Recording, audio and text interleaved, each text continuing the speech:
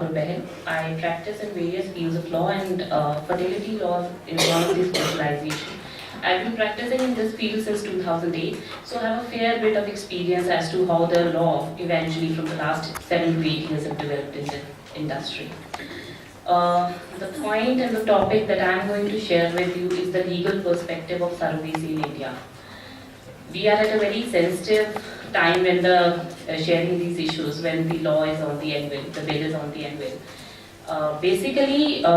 What I wanted to share through this topic is what is the legal perspective and what should be the legal perspective of surrogacy in India. We are talking about gestational surrogacy as compared to traditional surrogacy. In gestational surrogacy, it's basically the embryo, which is not related to the surrogate mother, is created and is then inseminated or placed in her uterus for carrying a child for somebody else. And eventually the custody of the child is handed over to the parent or parents for whom she is carrying the child. Now, surrogacy on the financial part is divided. Again, people have two connotations about it. One is commercial surrogacy and one is altruistic surrogacy. In India, commercial surrogacy is being recognized by Supreme Court also. And in the coming bill, the Government of India also proposes commercial surrogacy.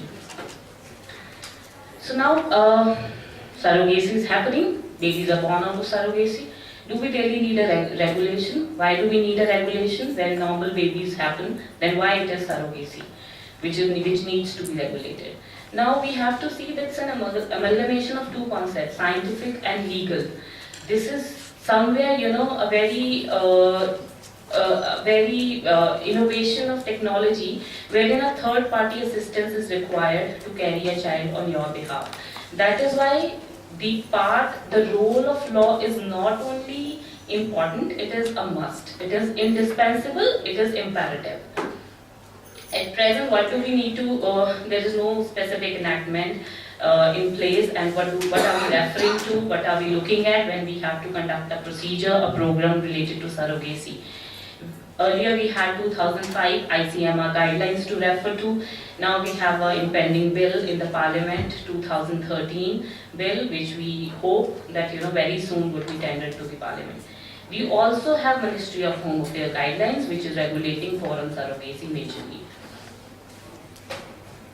Now, we've been debating, Indian women, they are, have a duty to procreate for the family. India is a land where motherhood is given a lot of importance. There is a social stigma.